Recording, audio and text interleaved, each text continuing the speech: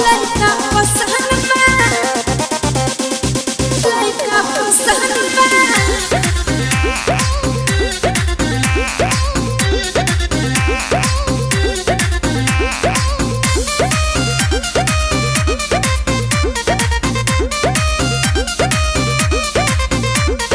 का बात बा मुस्कालू सली जीजे से कहेला झालू सली।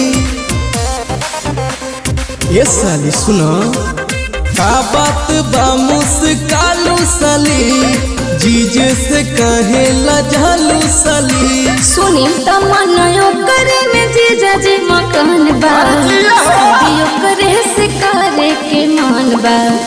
एगो आदमी में लड़का पसंद बा, शादियों करे से करे के मान बा। एगो आदमी में लड़का पसंद बा, समझली।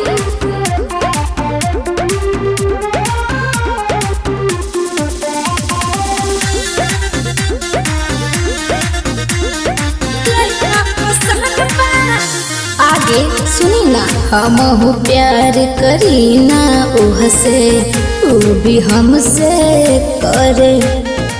कहते नहीं जीजा जी हम भैया से कुछ डरे, भैया से कुछ डरे। जब प्यार करेलू अतना तो डर बाटे काके, सब सेटिंग करा देब साली तोहरा घरे आके। कि हमर भैया से चलता न पान बा, तो शादियों करे से करे के मान बा।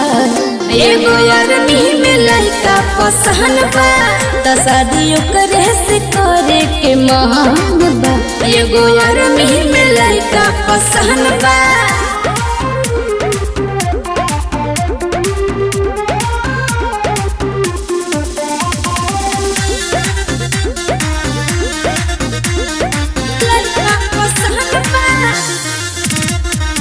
बुझी न मोर परेशानी धीरज आवत नहीं खे निंदिया।